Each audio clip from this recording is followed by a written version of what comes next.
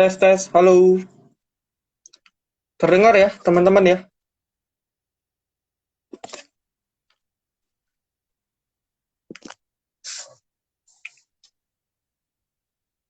Oke, kita sambil tunggu kok Yudi ya. Biasanya kan kita ngobrol ngobrol santai nih ya di malam Kamis. Tapi kali ini kita ngundang bintang tamu ya. Asik. Narasumber lah ya, praktisi, senior juga, senior kita bersama lah ya. Dan mungkin dari teman-teman udah kenal nih ya, Ko Yudi gitu.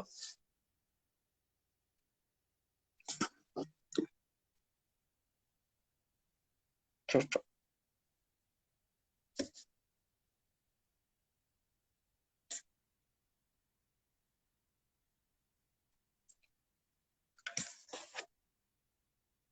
Gimana portonya seminggu ke belakang nih? Aman?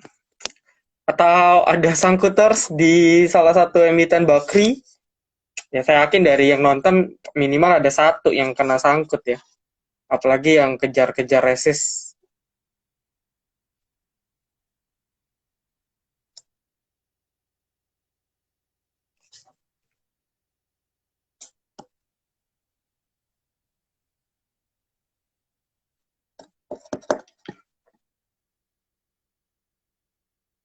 Halo semua. Sabar ya sambil tunggu Koyudi nih.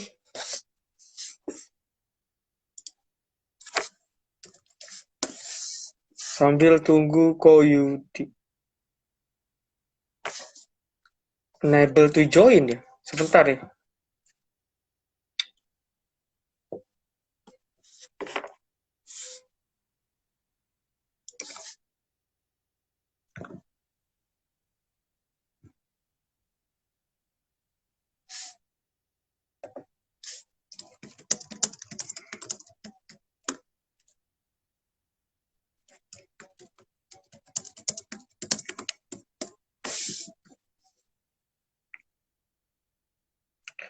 Becap. Wah, kalau emiten MNC skip ya. Terakhir kita becap capai target resist 155 ke atas kalau nggak salah. Ya kuncinya sama, kalau becap ya Anda cek bullshitnya. Bullshit kan jebol tuh, ya kan beberapa waktu terakhir. Jadi ya skip, sama kayak Bumi kan. Bumi sekali dibanting hampir semua Bakri ARB berjilid, sama konsepnya. Jadi kita harus tahu leadingnya. Oke, ini kayak Koyudi udah nih.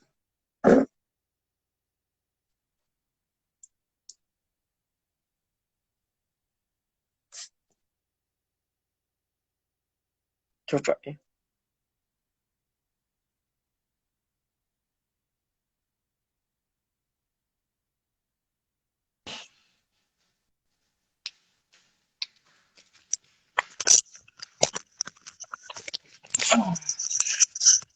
Halo kok. Hai, halo, halo malam semua. Halo, apa kabar kok? Halo, malam. Kabar sehat? Kabar sehat. Oke. Gimana kabarnya? Baik, saya baik. Teman-teman gimana kabarnya? Sehat semua lah ya. Paling portonya nih kok yang nggak sehat. Iya, Ya, perlu belajar money management ya, seperti kita punya topik hari ini nih kok. Karena masih iya, banyak nih belajar bareng yang lah. belajar bareng ya. Banyak yang all in, ya akhirnya trauma di pasar saham karena prinsipnya mau kayak cepet nih kok. Oke, Betul. langsung aja kali ya kok ya. Langsung aja kali ya, aku izin open dulu. Boleh, Sebelumnya, boleh. thank you teman-teman dari followersnya ke Yudi ataupun dari followersnya Silent Trader Academy yang udah hadir. Kali ini kita akan ngobrol-ngobrol nih dengan Ko Yudi. Mungkin teman-teman udah pada kenal lah ya, Ko Yudi. Juara HCS juga ya, Ko ya? Dua season ya? Iya, Dua season season 3 ya? sama 5 ya? Mm-mm. 3 sama 5 ya? Ya, limanya kebetulan bareng saya ya, dengan kategori yang Iya, berbeda. Lalu, ya kita bisa banyak belajar ya teman-teman dari Ko Yudi. Dan Ko Yudi juga sering banget aktif di sosial media Instagram, jadi teman-teman juga boleh follow. Bahkan Ko Yudi sering share chart-chart yang bisa jadi referensi. Dan tentunya disclaimer on ya Ko Yudi ya. ya buat bahan belajar diskusi bareng-bareng aja. Betul, buat referensi lah ya. Tetap analisa Mm-mm. ulang, eh, do your own research lah intinya ya, jangan terima Hmm. mentah-mentah. Oke, nah Ko Yudi nih, kan topik kita hari ini kan money management. Sebenarnya kan kalau kita bisa perhatikan kan ini ilmu yang mungkin terkesan simple ya. Tinggal Hmm. bagaimana cara kita manage. Tapi pada prakteknya kayaknya banyak banget nih, terutama para pelaku pasar yang baru join di stock market, mereka Hmm. melupakan poin ini gitu. Nah, Hmm. mungkin Ko Yudi bisa jelasin dulu kali ya. Ini money management ini sebenarnya apa sih? Mempelajari tentang Oke, apa? iya, oke. Thank you buat Om Silent nih. Panggilnya apa nih? Om Silent deh. Iya, Om Silent. Makanya pakai topeng. Oke. Iya, oke. Jadi kalau kita berbicara tentang money management, itu adalah salah satu pilar dari keberhasilan para trader dunia ya, aku sebutnya seperti itu. Jadi ada banyak banget trader di dunia ini yang mengedepankan sebenarnya tentang money management. Tidak hanya berbicara Hmm. tentang metode, baik analisa dengan technical atau analisa dengan fundamental. Kenapa? Karena antara analisa dengan trading itu hal yang cukup berbeda. I think semua Hmm. orang bisa melakukan analisa, tapi nggak semua orang bisa trading. Kenapa? Karena trading ini butuh yang namanya money management. Kalau analisanya bagus tapi money managementnya berantakan, belum tentu hasilnya bagus. Gitu. Hmm. Nah, gimana caranya menjaga money management ini baik? Maka buat aku pribadi kita perlu mengenali resiko yang bisa kita hadapi.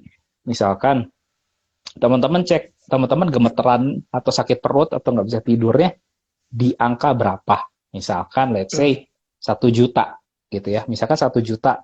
Maka teman-teman bisa bisa mungkin setiap kali trading jaga batas resikonya jangan lebih dari 1 juta. Kenapa? Karena 1 juta ini istilahnya kayak kita bayar asuransi jiwa atau asuransi kesehatan lah ya. Jadi memang kita udah siapin spare budget kalau misalkan ada hal buruk yang terjadi, istilahnya kita masuk rumah sakit ya kita udah di cover sama asuransi. Nah kalau di trading, kalau misalkan hal waktu kita entry nggak sesuai dengan apa yang kita pengen, ya kita udah siap budget waktu kita untuk siapin buat cut loss. Nah ini Hmm. budget money management tiap orang ini pasti berbeda, tergantung dari size masing-masing juga nih. Kalau size-nya, let's say misalkan 1 miliar, kayaknya nggak mungkin 1 juta per tradingnya, pasti lebih Hmm. gede, mungkin bisa bisa 10, bisa 20 juta. Nah, yang aku lihat adalah biasanya proporsi dari kita punya portofolio teman-teman. Yang bagus itu kurang lebih berapa? Dari aku punya pengalaman, yang bagus adalah maksimum sebenarnya 1% dari kita punya total portofolio. Jadi misalkan kita punya portofolio, let's say 100 juta nih teman-teman. Jadi per trading maksimum cut loss-nya 1 juta. Kenapa? Karena dengan kita maksimum loss-nya 1 juta, kita let's say ya jelek-jeleknya kita bisa 100 kali trading gitu. Let's say kita jelek-jeleknya bisa 100 kali trading. Tapi ya nggak mungkin dalam 100 kali trading masa sih sama sekali nggak ada untungnya, nggak mungkin lah. Ya. Sejelek-jeleknya trading aku rasa 50-50 itu masih bisa kena gitu ya, 50-50 ya masih bisa kena lah, apalagi kalau misalkan market bullish ya nggak usah ditanya, 50-50 pasti Hmm. lebih gitu ya. Tapi kalau misalkan dengan kondisi market seperti sekarang, let's say nggak usah bagus-bagus lah, 50-50 aja, 50 untung 50 rugi. Nah tapi bedanya apa? Kalau yang rugi ini kita jaga waktu dia turun, let's say 1 juta, tapi kalau yang untung kita bisa gain 3 juta, 4 juta, 5 juta, 10 juta, itu semua kerugian-kerugian kita ini bisa tercover dengan yang untung. Maka money management ini menjadi hal yang penting. Jangan sampai misalkan let's say kita beli saham ABCD, misalkan cuannya benar sih 200% atau 300% nih, tapi portofolionya, sizingnya kita cuma let's say 1% atau 2%. Maka secara overall porto kita cuma dapat berapa? 2%. Tapi kalau misalkan let's say kita beli all in langsung, tapi sekali rugi 3%, 4%, kita langsung kena tuh yang tadi untung 200-300% di depan, semua langsung hilang dengan sekali salah trading, cuman ruginya 3%, 4%.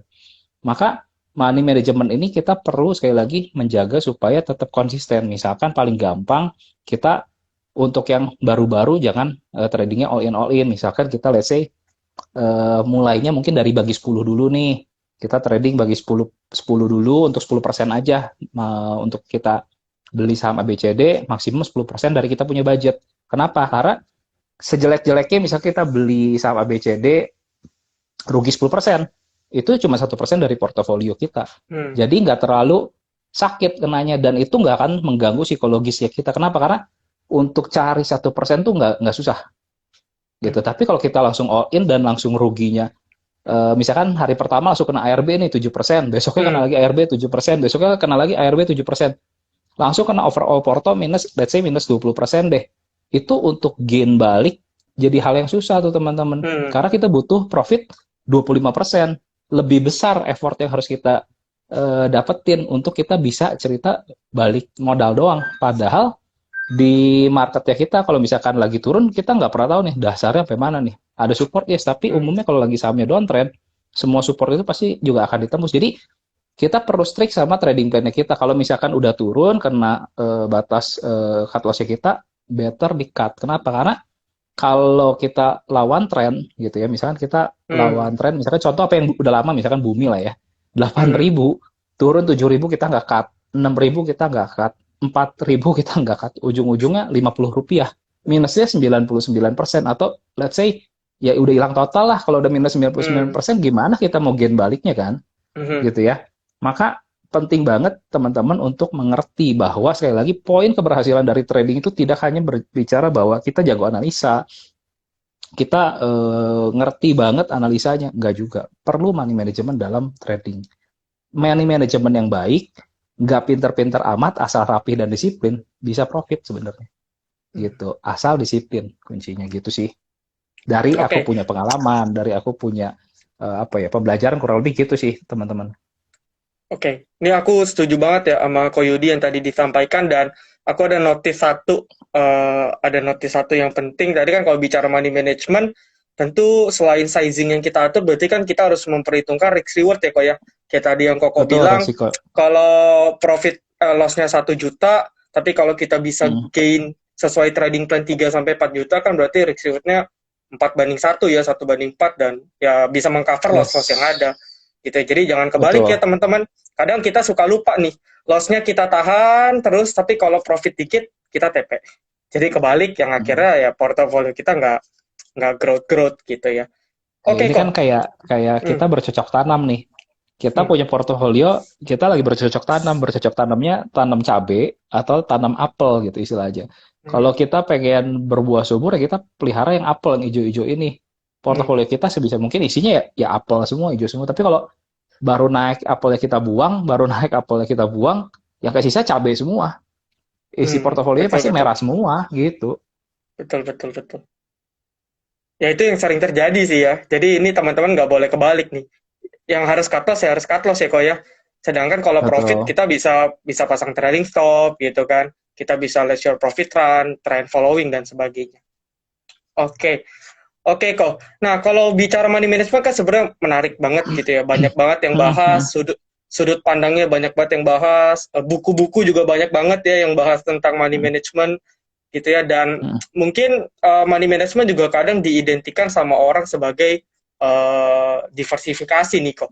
Jadi kan selain kita mungkin masuk sizing ya, porsi kita di satu saham, mungkin juga kan kadang diidentikan dengan kita mendiversifikasi, terutama bagi teman-teman yang mungkin stylenya ini cenderung lebih ke mid-term, swing, ataupun invest. Menurut Koko gimana nih? eh Satu, kalau buat aku sih, Hmm. bagi ya tadi sih, kalau misalkan kita awal-awal baru banget trading, menurut aku bagi dulu 10 gitu. Maksudnya gimana? Supaya kita portofolionya nggak terlalu gede atau overweight di dalam satu saham. Jadi kalau misalkan sahamnya turun, kita nggak terlalu sakit. Nah, kalau misalkan udah lebih experience, kita udah lebih disiplin, aku lebih concern untuk lebih fokus biasanya. Berapa sih yang Hmm. fokus? Ya, let's say 4 sampai 5 itu menurut aku optimal. Kalau satu terlalu confidence nggak bagus juga, Hmm. terlalu sedikit ya kalau naik betul bagus, tapi kalau turun juga sakitnya sakit banget Hmm. gitu ya. Apalagi buat yang nge-swing gitu. Jadi ada baiknya buat aku membagi let's say 4 sampai 5 saham untuk kita punya portofolio supaya cukup ideal waktu dia naik. Dan ini juga bisa dibagi ke dalam beberapa sektor, teman-teman. Jangan Hmm. ke dalam misalkan let's say ya, misalkan contoh aja ya. Misalkan beli PTPP, Wika, Waskita, Adi sama apa ya, misalkan Weton gitu. Isinya sih bener dibagi 5, tapi satu sektor semua, dan kalau geraknya kan satu sektor Gerak. biasa barengan nih. Hmm. Satu Betul. turun, semuanya turun. Itu Turun. hitungannya Kayak udah kayak all in lagi sebenarnya di satu hmm. saham. Jadi teman-teman juga perlu cukup bijak untuk membagi ke dalam beberapa sektor atau beberapa subsektor di dalam kita punya instrumen investasinya kita nih. Jangan sampai konstruksi semua, atau misalkan Hmm. bank semua, atau misalkan tech lagi rame tech, misalkan tech semua, atau misalkan energi lagi rame semuanya energi semua. Ya kalau lagi naik bagus, tapi kalau lagi turun semuanya turun pasti bareng-bareng gitu. Jadi teman-teman juga perlu tahu nih karakteristik dari pergerakan sektoral di indeksnya kita seperti apa gitu. Hmm. Oke, oke. Kayak contoh ya konstruksi hari ini ya kok ya, sekali dibanting semua. Ya, Hampir semua ARB hari ini. hampir semua. Dan Mm-mm. tentunya selain sektor ya berarti harus entry di tren yang bullish ya kok ya tentunya ya. Harus menggunakan Betul, tren yang bullish ya untuk entry. Oke. betul. Nah, tadi tadi Ko Yudi udah ngasih tahu nih teman-teman. Jadi untuk awal ya mungkin bisa dari range 7 sampai 10 gitu ya. Lalu kalau mungkin teman-teman Mm-mm. udah lebih ada experience gitu ya, udah banyak prakteknya, ya mungkin nanti bisa dikerucutin gitu ya, sesuai Betul. dengan kemampuan dari teman-teman. Oke kok. Nah, kalau bicara money management lagi, kita tahu kan kalau di pasar saham ini kan style orang kan beda-beda ya. Betul, Karakteristik juga betul. beda-beda, Mm-mm. background juga beda-beda. Kalau ngomong Mm-mm. style juga trading, ada yang day trading, ada yang scalping, Mm-mm. ada yang swing gitu ya, ada yang invest Betul. juga. Nah, menurut Koko, untuk ngatur di setiap jenis gaya trading itu beda gak sih cara ngatur money management atau ngatur money management ini bisa berlaku untuk segala jenis gaya trading nih kok? Sebenarnya buat aku sih berlaku buat segala jenis trading ya. Yang aturan misalkan let's say 1% risk dari kita punya Mhm, portofolio itu berlaku buat semua tipe menurut aku. Tapi mhm, bedanya adalah waktu kita entry, misalkan kita mau scalping, kita scalping kan nggak mungkin 10 saham kita scalpingin dalam satu waktu hmm, gitu ya. Maka betul let's say betul. misalkan kita mau scalping, misalkan kita bagi lagi tadi 20-30% dari kita punya portofolio, tapi kita tahu nih maksimum resikonya berapa, 1% tadi. Itu menurut aku jauh lebih oke. Tapi kan perbedaannya apa? Perbedaan time frame.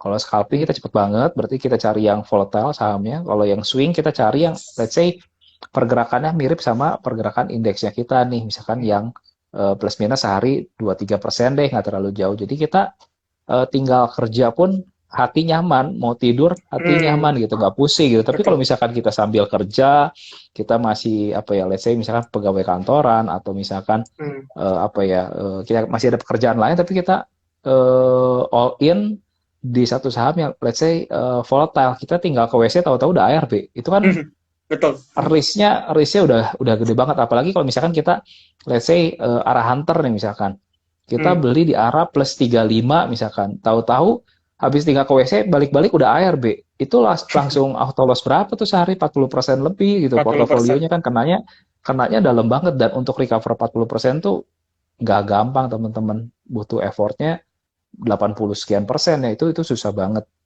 Hmm, Apalagi baru sekali trading langsung kena segitu, mental udah breakdown duluan, mental betul. udah kena dulu, Betul. udah Udah jiper duluan gitu. betul. Buat Betul betul. boro-boro kejar balik 200%, kita baru trading 5% aja pasti mental udah kena. Langsung pengennya Hmm, bawaannya TP.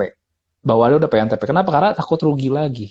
Itu jadi problem di psikologi. Maka penting banget juga nih hmm, untuk jangan rugi dalam-dalam. Kenapa? Supaya ya udahlah, namanya rugi di market tuh hal yang biasa. Tapi kalau rugi nggak gede, itu sekalian jadi istilah tadi apa, asuransinya kita. Kenapa? Supaya kita buat trading-trading selanjutnya lagi itu tenang hatinya. Kalau kita sekali kena gede, ya 3-4 kali pensiun. Kenapa? Karena merasa langsung nggak cocok nih trading begini. betul. Maka penting banget start small portonya. Kita kenali, kita goalnya seperti apa, gaya yang cocok kita seperti apa. Lalu kenali karakteristik dari saham-saham. Tiap saham punya pola Hmm, masing-masing, beda-beda tuh pergerakannya, bid overnya beda-beda, terus pola pergerakan grafiknya beda-beda. Teman-teman perlu kenali. Nanti makin kenal, lebih enak tradingnya gitu. betul betul. Apalagi kalau kita ngomong saham yang small cap ya polanya memang betul ya identik antara satu dengan yang lain gitu ya. Kalau kita bisa Mm, mempelajari ya itu bisa jadi benefit buat kita sendiri ya kok ya untuk trading. betul. Oke kok. Berarti aku juga setuju sih sama Koko. Jadi kalau money management pada intinya bisa diaplikasikan gitu ya untuk berbagai jenis gaya trading ataupun invest. Tinggal menyesuaikan aja ya kok ya. Tinggal menyesuaikan aja. Dan ya pasti trading plan-nya harus jelas ya teman-teman ya. Setiap teman-teman beli ya Betul. tentu harus harus udah jelas nih. kalau gagal gimana, kalau berhasil saya harus ngapain gitu. Sehingga balik lagi kayak tadi yang Koko bilang, kalau seandainya gagal karena trading plan kita udah jelas, loss-nya terjaga, psikologis terjaga, ya kita bisa trial error lagi. Tapi kalau Hmm, teman-teman sampai udah once sekali aja tumbang dalam, ibaratnya teman-teman udah ngumpulin cuan berbulan-bulan pun capek, ya sia-sia gitu ya. Ujung-ujungnya malah trauma dan nggak balik lagi di pasar trauma. saham. Itu kan sangat-sangat amat disayangkan. Oke, Betul. eh, coba ada yang nanya gak ya, kok kita sambil lihat.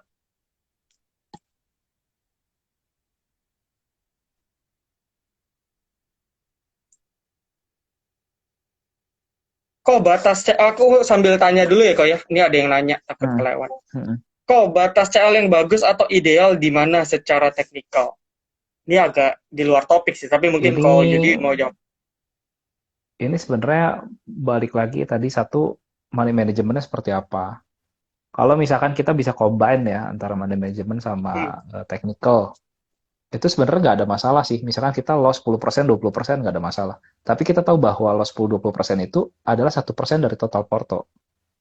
Kebayang nggak? Jadi misalkan hmm, gini, eh kita let's say beli waran deh, misalkan let's say waran yang sekarang kan liar. Kita beli waran harga 50 gitu. Turun langsung dalam hitungan nggak sampai 1 menit langsung turun harganya 25 gitu. Kita baru baru istilahnya meleng sedikit mau input order udah harganya udah hilang 50%. Ya, kita tahu bahwa memang pergerakannya volatile volatile banget, maka kita nggak bisa masukin gede-gede nih. Nah, kita hitung berandai-andai contoh kayak tadi loss-nya 50%. Nah, kita tahu 50% ini kita harus convert ke dalam 1% porto. Berarti loss ini maksimum 1 juta. Berarti kita cuma bisa trading di waran ini maksimum 2 juta. Kenapa? Karena hmm. kalau dia turun sampai 50%, ya kita ruginya cuma 1 juta. Nothing tulus gitu. Ya, tapi kita tahu bahwa memang pergerakannya liar. Kalau dia naik 50% pun ya kita langsung dapat berapa? Sejuta kan dari 2 juta. Hmm. Ya kalau di saham trading 2 juta, mau trading di mana kan langsung dapetin 50% pun kayaknya susah harus berkali-kali entry gitu kan. Maka menurut aku kalau ditanya aturan yang pasti banget kadang gini, kita udah batasin CL support misalkan let's say 130. Prakteknya bisa nggak pas turun 130 langsung kita support? Kadang kali kalau harga aja langsung ekstrim turun, pasti nggak kena. Pasang automatic Hmm, order pun pasti nggak kena. betul, Mau pasang reject ya. automatic Hmm. order, oh iya aku pernah gitu coba kan. Soalnya volatile aku pasang 5 tick haki, nggak kena, tetap harganya udah Tetap. turun, Hmm. ordernya nyangkut tetap di atas. Padahal aku udah Hmm. pasang ordernya haki 5 papan ke bawah, nggak kena tetap. Maka mau nggak Apalagi mau, baru emiten ya IPO ya kok ya, yang cepat banget sekali dibanting. iya, itu liar banget sih biasanya memang. Jadi Hmm. kalau teman-teman juga emiten IPO udah naik arah atau udah apa ya naik cukup tinggi dari harga IPO, ada baiknya juga jangan jangan dikejar. Nah balik lagi tadi ke support cut loss, maka yang paling benar adalah menurut aku balik lagi sesuaikan dengan resiko ya teman-teman. Teman-teman sanggupnya berapa?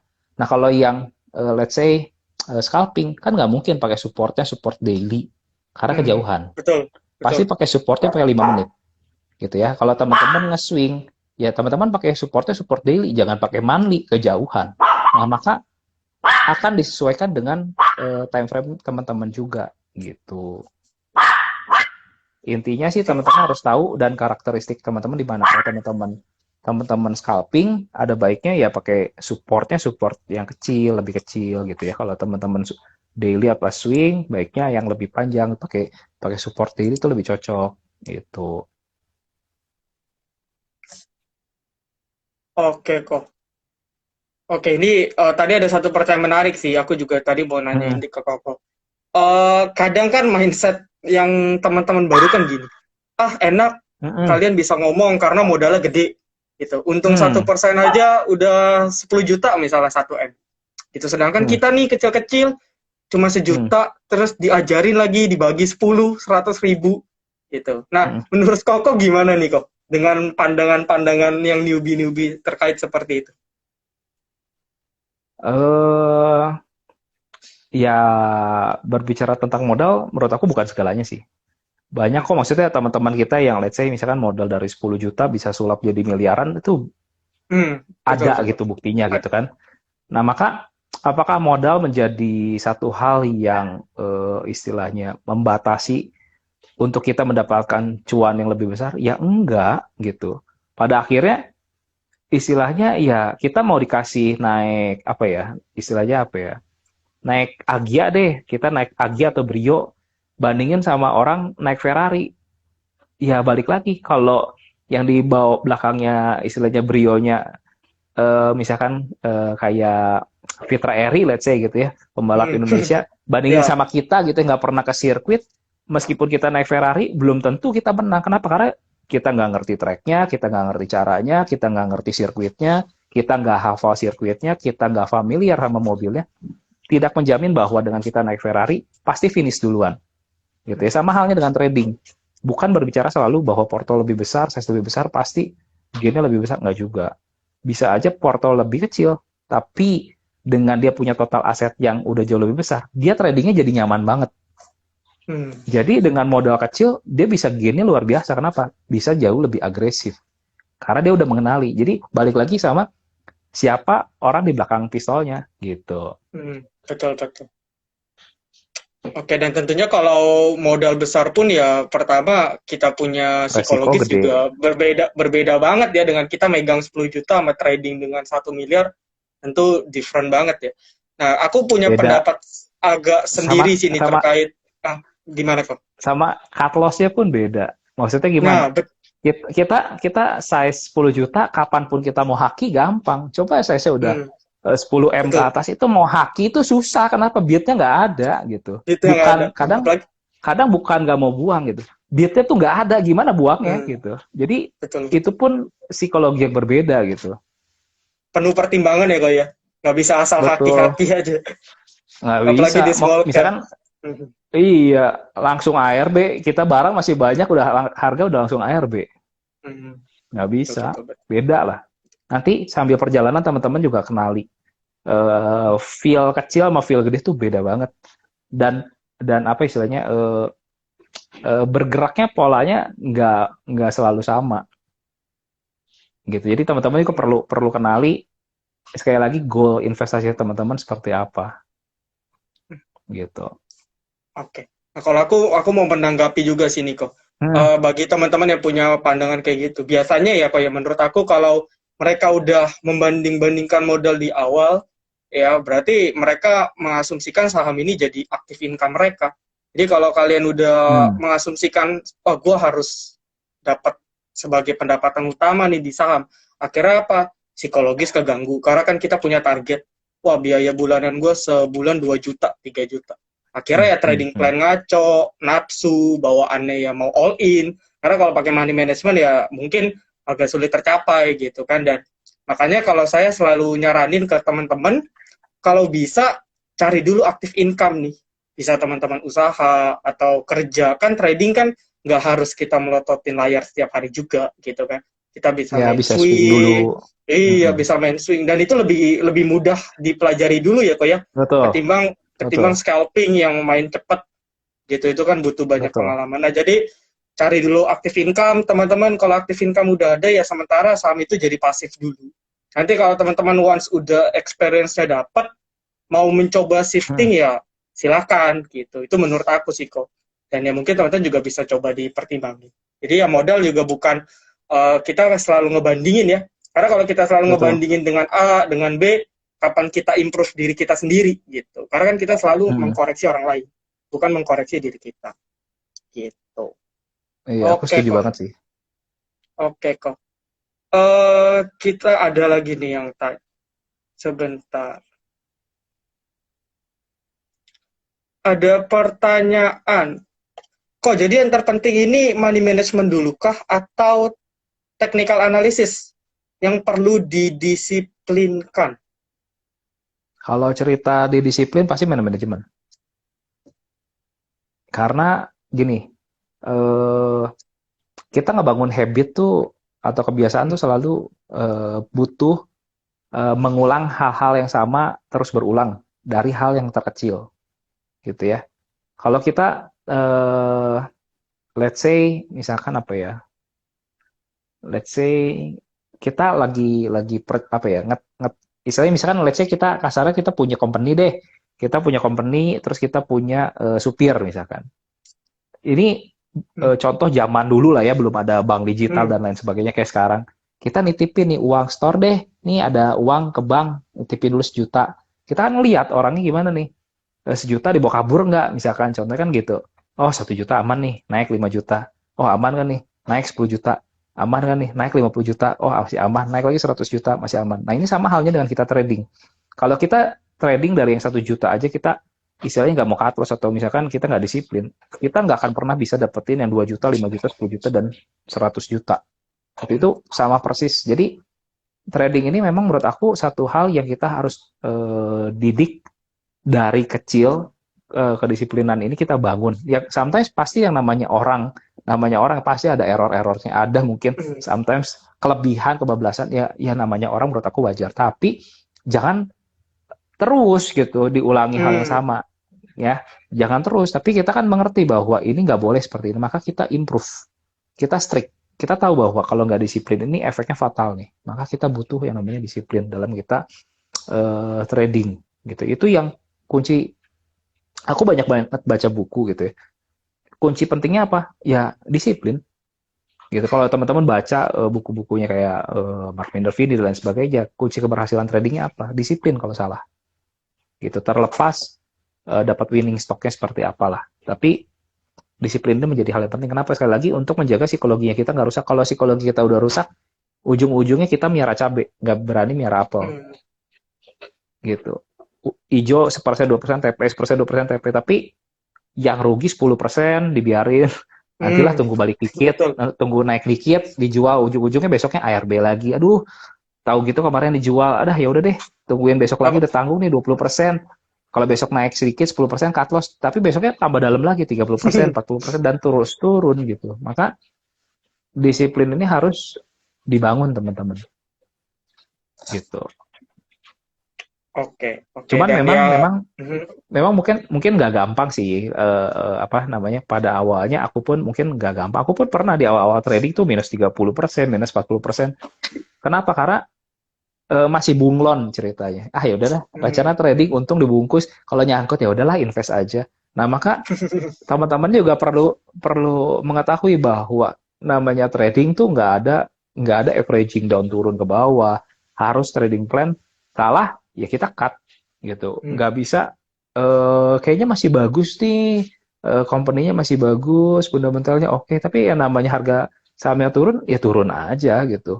Masalahnya turunnya sampai mana? Ya nggak ada yang tahu. Contoh misalkan Gudang Garam, HMSP, Unilever Hmm. itu harganya turun berapa persen dari peak gitu. Itu Betul. bisa turun 70% dari peak. Fundamental bagus nggak?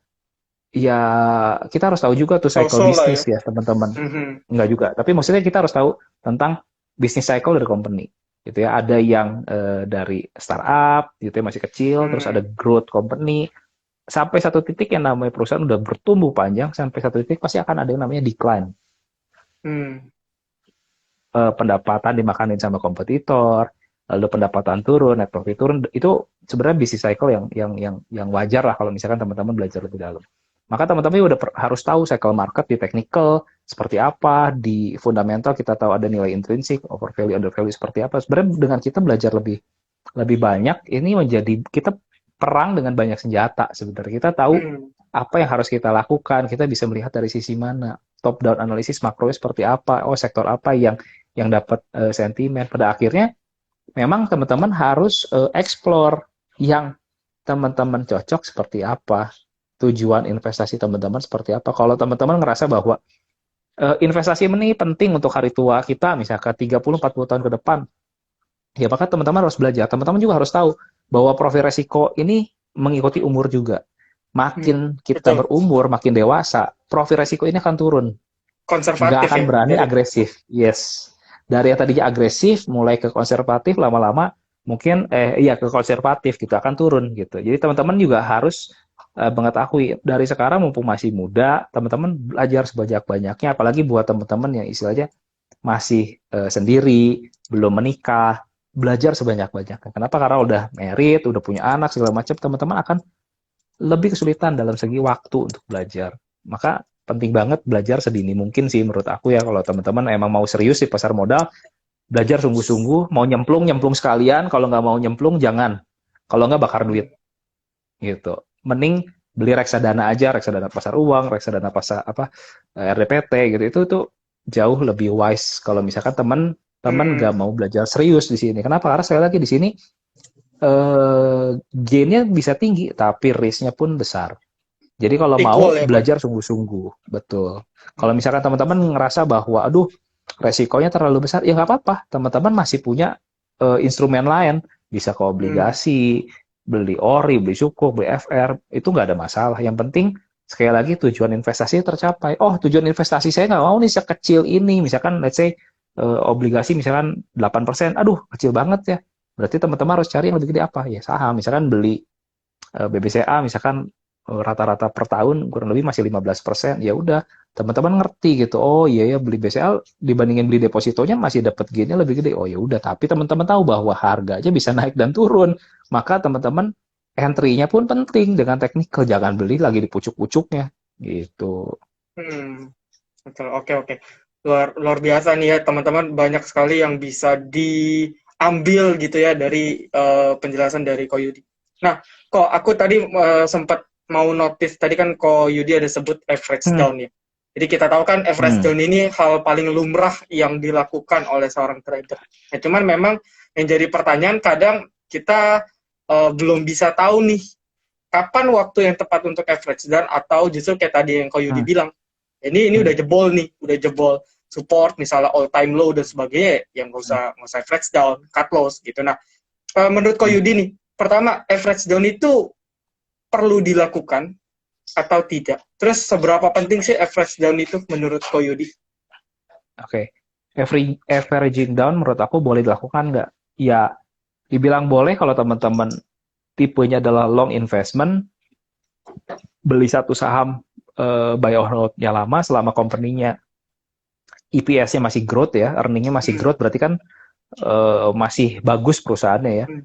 Maka ketika harganya turun, teman-teman bisa melakukan averaging down. Tapi sekali lagi dengan catatan bahwa teman-teman adalah investor kategorinya dengan perusahaan yang masih growth. Itu boleh dilakukan. Biasanya berapa dalam untuk melakukan averaging down? 20-30% turun daripada harga pembelian teman-teman. Jangan baru 1% averaging down, 1% Hmm. turun, averaging down, 2% turun, averaging down, minus 7 averaging down, minus Betul, 10 averaging down, minus 15 sudah nggak ada peluru, minus betul, 20 betul. nyangkut lumayan, minus 30 bengong, minus 40 ya teman-teman maka harus tahu, kalau udah turun dalam, harganya udah gak mau turun, teman-teman baru averaging down. Tapi sekali lagi ini kategori untuk investor gitu ya. Hmm. Tapi kalau teman-teman adalah trader, jangan averaging down. Kenapa? Karena makin teman-teman averaging down, duit nyangkutnya makin gede. Yang tadi misalkan let's say ya, Hmm. teman-teman Betul. beli saham ABCD 100 juta nih, loss 5%, 5 juta. Teman-teman averaging down 400 juta, jadi belinya 500 juta, turun lagi 5%. Dari yang tadi loss berapa? 5 juta, jadi loss kalau 500 juta jadi 25 juta tuh. Padahal kalau di awal cut loss 5 juta, teman-teman nggak akan jadi rugi 25 juta. Teman-teman hanya menambahi rugi. Apalagi udah turun lagi, tambahin lagi 1M. Dari yang tadi beli 100 juta, rugi 5 juta, sekarang beli 1M turun lagi, HRB 7%. Itu mungkin bisa kena hampir 100 juta. Dari rugi 5 juta, jadi ruginya 100 juta. Itu pening pala gitu ya, kalau harganya turun terus gitu. Nah, kan bisa aja harganya naik. Bisa, tapi teman-teman harus kenali siklusnya. Kalau udah Hmm. downtrend, jangan averaging down. Better keluar cari saham uptrend. Kenapa? Karena kalau sahamnya baru mulai downtrend, baru misalkan let's say chart pattern-nya ada double top, triple top, head and shoulder, baru mulai turun dari neckline-nya, teman-teman averaging down, pasti minusnya di atas 40% tuh kena. Bisa sampai 70% tuh kena. Gitu. Jadi ada baiknya juga teman-teman kenali siklus market supaya teman-teman nggak kejebak waktu dia mulai apa namanya downtrend gitu ya. Hmm. Itu penting gitu. Kenapa sih? Maksudnya gini, sederhananya gini teman-teman. Misalkan aku suka kasih contoh ini, harga masker deh teman-teman perhatiin. Sewaktu belum COVID tuh berapa harganya? 30.000. Lagi COVID naik bisa sampai 500.000. Kenapa? Karena tiba-tiba demand-nya beleduk berkali-kali lipat. Sedangkan supply tetap gitu ya. Sama halnya dengan saham. tiba-tiba ada news bagus, fundamental berubah, ada turnaround story, itu harga naik banget. Kenapa? Karena semua orang mengincar perusahaan ini gitu ya. Tapi Hmm. semua harga yang naik satu titik tuh pasti ada yang namanya titik jenuh. Pasti ada titik jenuhnya. Harganya udah nggak mau naik gitu.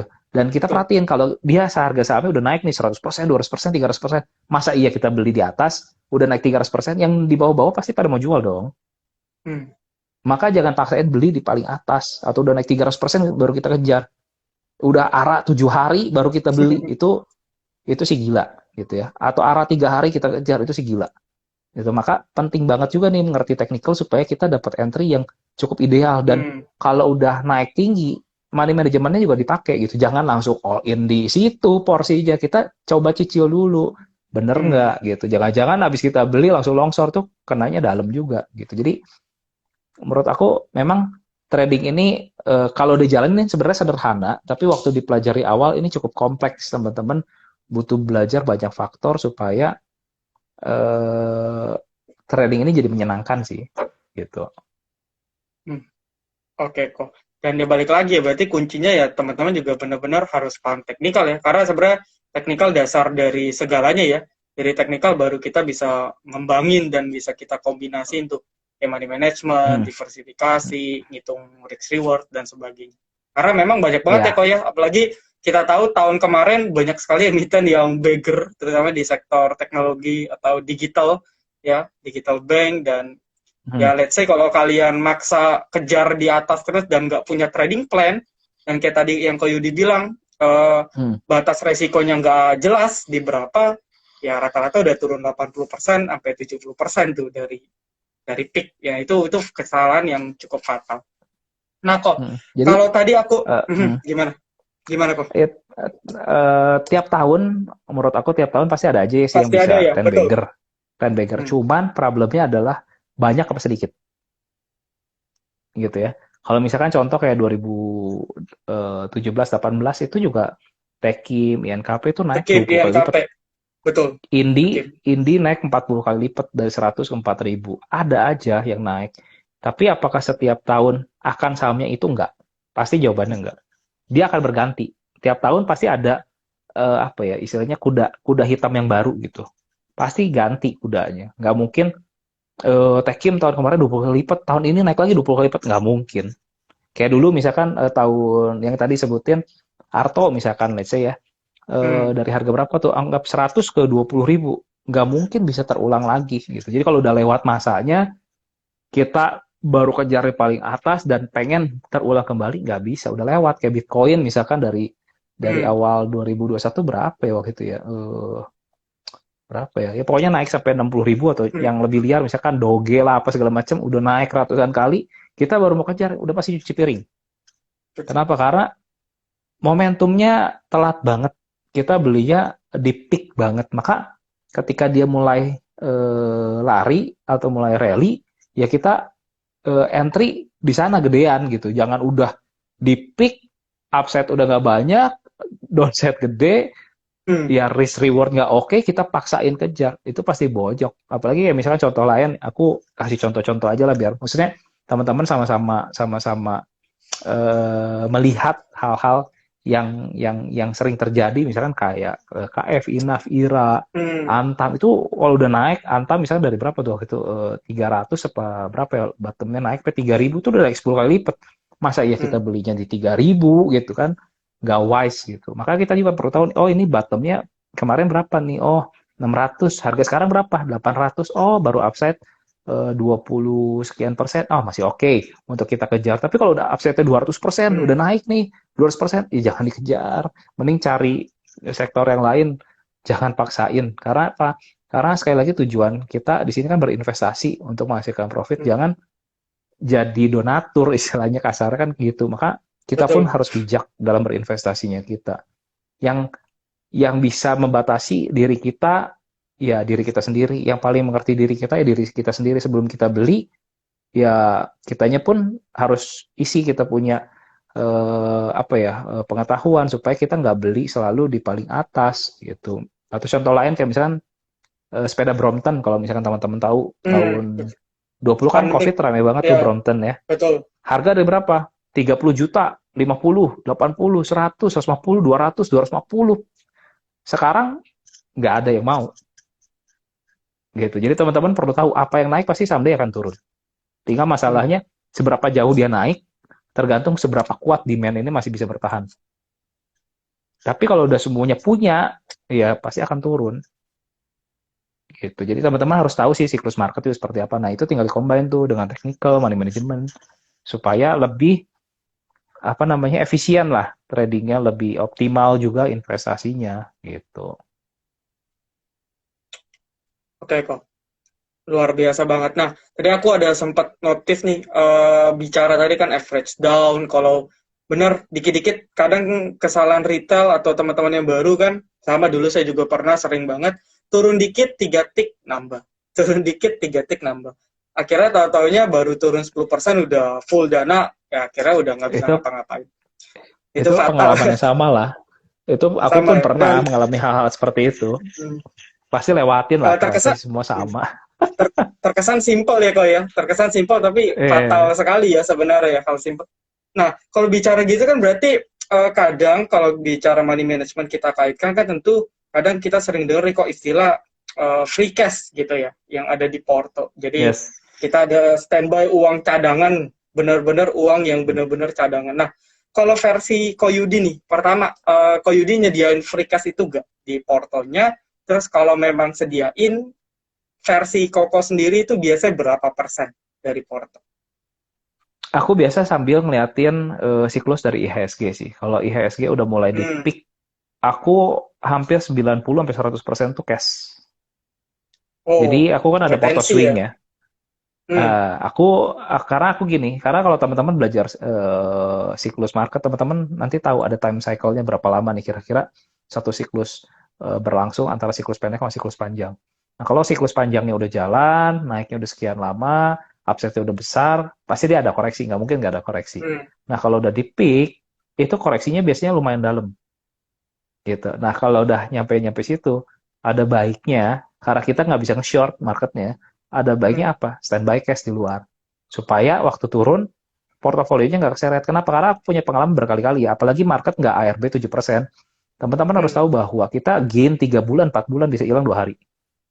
Betul. Kenapa? Karena sekali turun bisa 10-15% sampai 25%. Itu posisi normal loh teman-teman, nggak dari Hmm. hijau ya, dari kuning, open market, minus 15, minus 20, minus 25 tuh hal yang mudah kalau di market normal ya, bukan di market kayak sekarang cuma 7%. Nah, maka teman-teman perlu mengatur batas trailing stopnya teman-teman di mana nih. Kalau misalnya udah profit, trailing stopnya di berapa nih supaya yang tadi udah untung jangan sampai semuanya ke makan lagi semua. Kenapa? Karena kalau teman-teman fokusnya adalah selalu, aduh, tahu gitu tadi di paling atas dijual, sekarang turun nggak dijual. Itu teman-teman akan selalu nyesal dan berusaha pengen jual di atas. Pada akhirnya teman-teman nggak akan jual-jual dan turun terus. Sampai pada Hmm. akhirnya udah kena modal nyesel terus, rugi dikit masih nyesel, pada akhirnya rugi dalam. Gitu. Itu pengalaman juga yang pernah aku lewati gitu seperti itu. Maka dari sana kita belajar bahwa oh ya market tuh nggak bisa seperti itu. Market tuh nggak ada ampun-ampun ya sama kita. Mereka Hmm. nggak peduli siapa kita. Mau mau kita istilahnya kasarnya gitu ya kasarnya. Aduh didoain sepanjang malam nggak menjamin bahwa besok marketnya naik. Nggak ada jaminan Betul. gitu. Malah itu salah satu indikator ya teman-teman harus perhatiin menurut aku ya. Kalau kita udah banyak berdoa, itu udah not good berarti marketnya.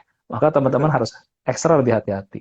Kenapa? Karena kalau lagi euforia market, ya beli apapun cap-cip-cip jadi duit gitu ya, gampang banget gain Hmm. profitnya. Tapi kalau udah mulai marketnya bearish, teman-teman beli apapun, gainnya tuh bisa tapi dikit banget. Karena apa? Karena memanfaatkan cuma dead cat bounce doang. Itu upset Hmm. 35% turun, 35% turun. Kita nggak TP, disikat market lagi turun. Nggak gain 35% nggak di TP, disikat lagi market turun. Nah itu market-market yang capek tuh kayak gitu. Jadi Hmm. teman-teman juga perlu tahu nih, memang waktu marketnya turun atau bearish dari 800 saham, let's say nggak semuanya bearish, yes, tapi jadi super sedikit stoknya, Hmm. jadi super Belum sedikit. tentu Tapi kalau liquid bullish ya juga ya. banyak banget dan belum tentu liquid juga, Hmm. gitu. Jadi ya pengalaman lah teman-teman belajar. Apalagi kalau zaman sekarang ya teman-teman banyak banget nih di Instagram, teman-teman bisa follow siapa aja yang Hmm. edukasi. Teman-teman, aku rasa harusnya belajar jauh lebih cepat angkatan-angkatan Sekarang setelah ya, angkatan corona, pandemik ya. ya angkatan pandemi, teman-teman harusnya happy karena belajarnya jadi jauh lebih gampang, mentor lebih banyak, influencer udah banyak. Zaman aku belajar Betul, dulu, belajar sama siapa lebih susah. Yang ada aku bacain buku. Kenapa? Karena betul, buat buat belajar kayak sekarang tuh nggak ada gitu, hmm, fasilitas-fasilitas kayak sekarang tuh nggak ada gitu. Jadi betul, happy lah buat teman-teman. Harusnya face-nya teman-teman bisa jauh lebih cepat sih untuk belajar hmm, gitu. betul. Zaman-zaman kita nggak ada live Instagram setiap malam ya kok ya, Wah, boro-boro ya. nggak ada, nggak ada. Komunitas Ini juga dikit banget yang forum-forum. iya, betul. BTW ini gimana cara nge-save-nya ya? Ini kan aku yang mulai ya kok. Nanti di Ah, itu aku sih di aku punya IG IG, kayaknya ya. IG-nya Iya, kamu nanti ya, ya aku udah nggak apa-apa. nanti aku Ah, aku tag Koyudi ya. Nanti aku tag ke Koyudi. siap. Soalnya ada Ya, yang minta di ada save yang tuh. request tadi ya. Oke, Ah, aku save sih kok. Nanti aku share di akhir. siap, thank you. Mm-mm. Oke, nah ini kan udah mau 1 jam nih kok. Mungkin sebagai Iya, nggak berasa. pertanyaan, iya nggak berasa. Kalau ngobrol kayaknya cepat deh kok ya. Nah, sebagai Iya. pertanyaan pertanyaan ending nih kok. Ini juga tadi banyak di request sama teman-teman dari FTA dari Silent Trader. Pertama nih, Mm, pandangan Koko terkait market. Nah, kira-kira mm. gimana nih kok? Outlook-nya minimal sampai akhir tahun deh, menurut pandangan dari Ko Yudi sendiri. Arah market Sampai akhir sampai akhir tahun. tahun buat aku pribadi, tapi ini disclaimer Hmm, ya teman-teman. Aku ya, percaya indeksnya kita akan break all time high. Jadi akan break dari kemarin berapa tertingginya, dia akan break dari all time high. ya, Tapi untuk di bulan ini mungkin akan turun dulu sampai akhir bulan atau awal Oktober harusnya Oktober. koreksi dulu. Kenapa? Karena secara pola lebih gede dia dari range 7.350 seingat aku kalau nggak salah sampai 6.100 itu dia lagi pola sideways gede ya. Dan Hmm, kemarin IHSG-nya kita kan hari Kamis kalau aku nggak salah itu dia udah break all time high tapi bikin candlestick panjang mirip shooting star, dan hari betul. Jumat itu dia break dari rising wedge tuh teman-teman. Maka Hmm, ada tanda-tanda bahwa IHSG akan melemah terlebih dahulu tapi minor, nggak major. Major masih uptrend teman-teman, tapi minor wajar lah ya, maksudnya 2 bulan hmm, dari Juli betul. Agustus kan naik terus tuh nonstop, Juli Agustus Di ya, push. September sekarang agak koreksi, wajar lah, nggak ada masalah sih menurut aku. Tapi so far untuk sampai akhir tahun aku sih bullish gitu. Hmm, oke. Dan justru sebenarnya kesempatan ya kak ya. Kesempatan Betul, untuk buy on kita dip. preparation. Iya, buy on dip. Buy on Coba dip yang ini. dong, karena kapan Betul. lagi kan maksudnya dapat sale depan mata gitu ya, Hmm, ada sale dimanfaatin dong, borong sebanyak-banyaknya betul, betul. gitu. Ya, karena kan dari bulan kemarin kan nggak kesempatan nih kok naik terus naik terus kan. Justru ini Iya dong, salah satu timing terbaiknya. Oke, oke betul. Kona. Satu satu lagi nih kok. Eh, Teman-teman nih pada minta watchlist nih kok. Mungkin dari Waduh. sektor. Tentu disclaimer on ya teman-teman ya. Tentu disclaimer on ya, harus analisa ulang. Watchlist terserah kok bisa sektor yang mungkin kok lagi ada perhatikan dalam mungkin ya sepekan 2 pekan ke belakang, atau mungkin ya ada spesifik ke beberapa emitennya mungkin. Nah, mungkin Hmm, Koko jika berkenan. sektor sektor teman-teman, kalau buat aku ya, aku di video Hmm, live sebelumnya juga aku udah sempat pernah bahas nih sama siapa yang main cuan hmm, official rasanya. Sektor yang buat aku masih menarik tuh sampai akhir tahun masih energi satu. hmm, Kedua, properti konstruksi itu menarik buat aku. Kenapa? Satu, teman-teman tak harus tahu bahwa ada namanya rotasi sektor, gitu hmm, ya. Duit di atas, duit yang udah di atas-atas nih saham-saham pasti akan pindah masuk ke saham yang masih di bawah. Nah, yang menurut aku masih di bawah itu properti dan konstruksi. Nah, teman-teman tinggal riset sendiri yang mana sahamnya, tapi sektoralnya itu menurut aku itu akan menarik. Terus setelah energi, properti, konstruksi, mungkin subsektornya teman-teman juga boleh perhatiin yang EBT, energi baru terbarukan. Ini hmm, lagi hype, maksudnya teman-teman juga harus lihat momentum nih. Oh, lagi ada momentum apa nih sekarang? Kalau dulu kan bank kecil lah atau hmm, hmm. farmasi lah, itu teman-teman juga bisa perhatiin. Jadi kurang lebih itu aja. Tapi teman-teman ya riset sendiri aja, sahamnya apa, support resistannya di mana, base entry-nya di mana, supaya teman-teman juga belajar, gitu ya. Oke, berarti aku rangkum ya kok ya. Pertama, kalau sampai akhir tahun berarti energi, gitu ya, energi, terus konstruksi properti karena mungkin posisi masih mostly banyak yang masih di bottom. Itu sama mungkin subsektor ya, ya IBT ya yang lagi cukup banyak ramailah diperbincangkan ya untuk beberapa saat. Oke, Ya so karena harga energinya mahal tuh. betul, masih bertengger di atas kok, nggak turun-turun. Gitu. Oke, so udah 1 jam nih kok, dan thank you banget udah mau kami undang gitu ya untuk ngobrol-ngobrol. Sukses juga untuk Ko Yudi ke depannya. Mungkin next kalau ada event kita bisa ngobrol lagi ya kok ya, live Instagram Ayo, ya kok. Oke, boleh. so thank you juga teman-teman. Mungkin nggak semua pertanyaan bisa ke cover ya, karena tadi juga ada beberapa pertanyaan.